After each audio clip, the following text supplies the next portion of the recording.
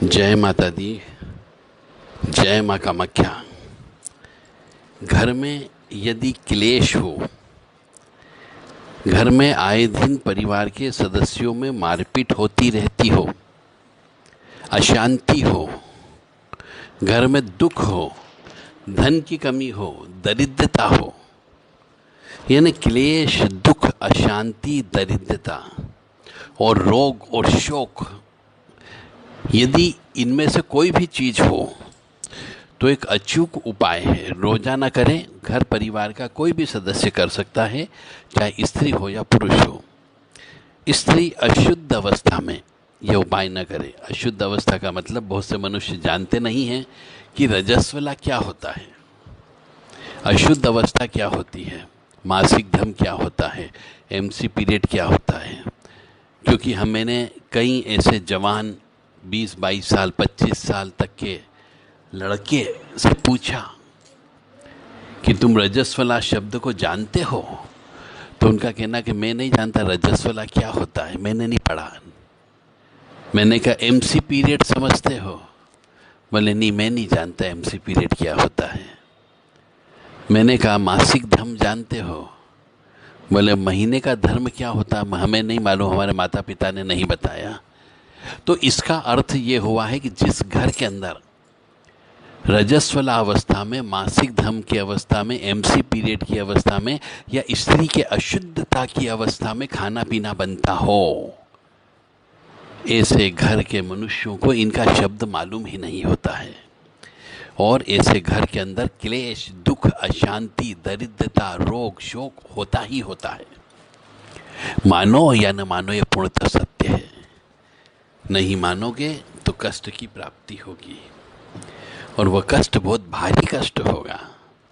फिर किसी की ताकत नहीं है, किसी भी ज्योतिषाचार्य की, किसी कथावाचक की, किसी महाराज की या किसी दरबार की, कि आपकी इन परेशानियों को वो दूर कर दे।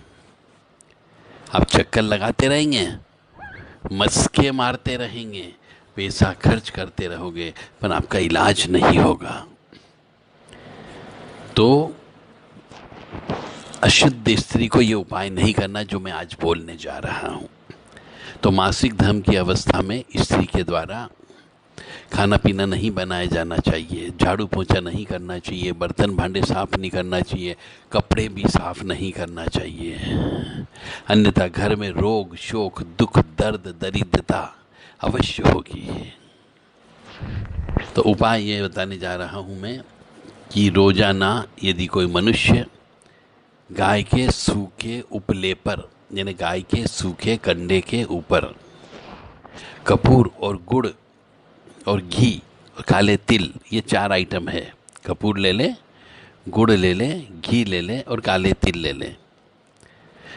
इन चारों आइटम को थोड़ा थोड़ा घी में मिला करके डालना है गाय के उपले पर। मतलब कभी भी सुबह सुबह बिना खाना खाए गाय का सूखा कंडा के टुकड़ा ले लें, उसको अग्नि में जला लें। जब उसमें धुआं निकलना बंद हो जाए, आग बबूला हो जाए, तब उसके ऊपर कपूर, गुड़, घी और काले तिल, ये थोड़ा थोड़ा आधी आधी चम्मच सब चीज़ डाल दें और उसकी धुनी पूरे घर में दो। देखो आपके यहाँ पर अशांति खत्म हो जाएगी, दरिद्रता कम हो जाएगी धीरे धीरे। मतलब ऐसा नहीं कि आपने 1-2 बार दे दिया, आपको अब ये पूरी जिंदगी भर देना है। मासिक धर्म की अवस्था में स्त्री यह कार्य नहीं करे, कम से कम 5 दिन तक तो बिल्कुल नहीं करे। छठे दिन सिर धोकर के कार्य कर सकती है।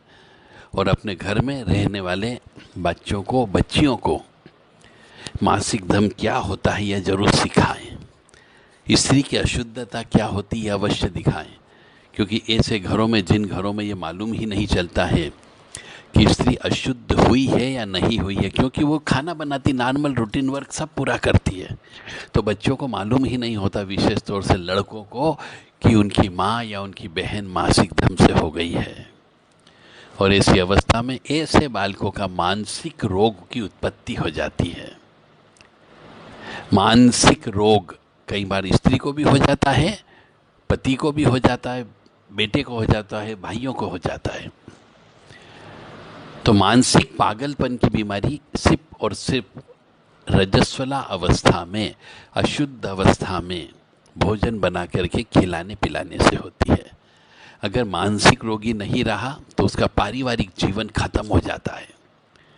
पारिवारिक जीवन का मतलब हो गया उसका फैमिली लाइफ, यानी पत्नी या तो विवाह ही नहीं होगा तो पत्नी छोड़ के चली जाएगी, या मनुष्य खुद पत्नी को छोड़ देता है, या बच्चे पैदा नहीं होते हैं।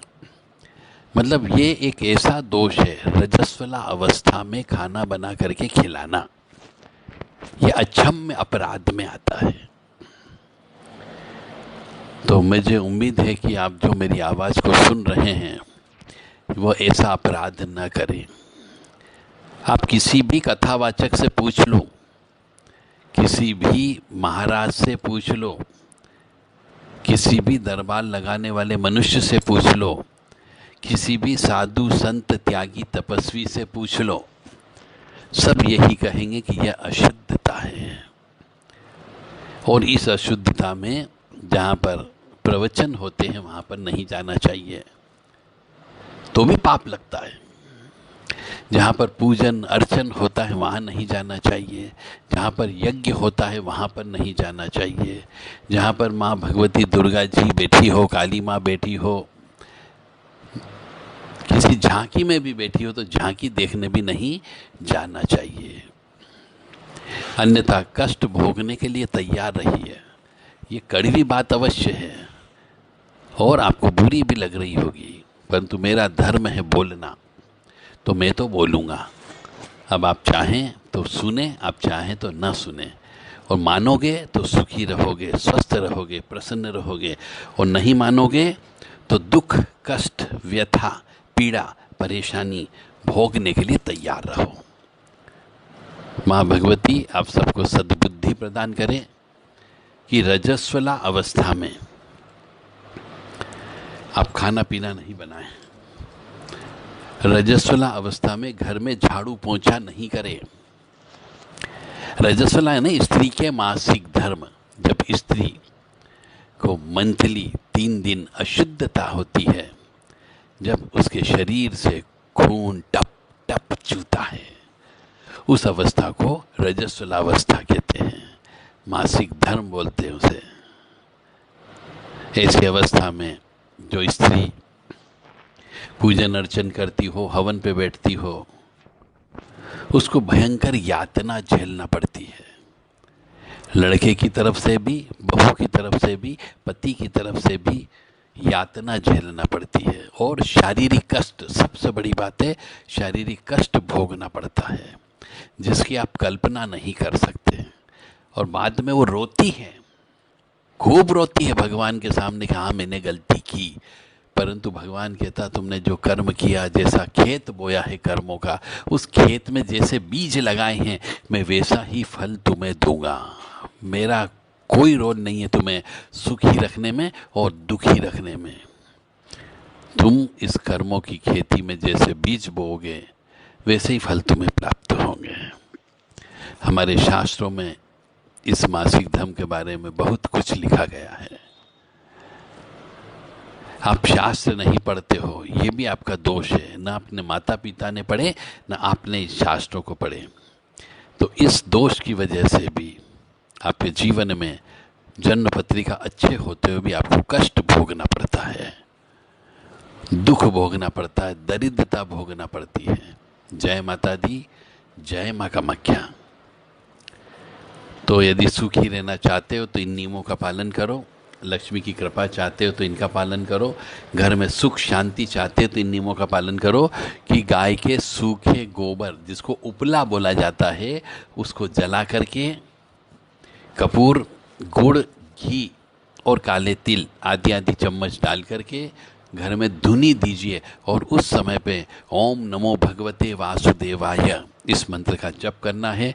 ओम नमो नारायण इस मंत्र का भी जप कर सकते हो। ओम क्लीं कृष्णाय नमः इस मंत्र का भी जप कर सकते हो। और ओम देवताभ्य पितृभ्य महायोगिभ्य एव च नमः स्वधाय स्वाहाय नित्यमेव नमो नमः इस मंत्र का भी जप कर सकते हो। इस मंत्र का जप करने से कुल देवता, पितृ देवता और सभी देवता की प्रसन्नता मिलती है। स्वाहा देवी, स्वधा देवी, उनकी भी कृपा प्राप्त होती है। तो मुझे उम्मीद है कि जो जो मेरी इस आवाज़ को सुन रहे हैं अपने घर परिवार को सुधार सकते हैं। आगे हरी इच्छा, माँ भगवती की क्या इच्छा है कि आप कष्ट भोगेंगे या सुख प्राप्त करेंगे, ये आपके स्वविवेक पर निर्भर करता है।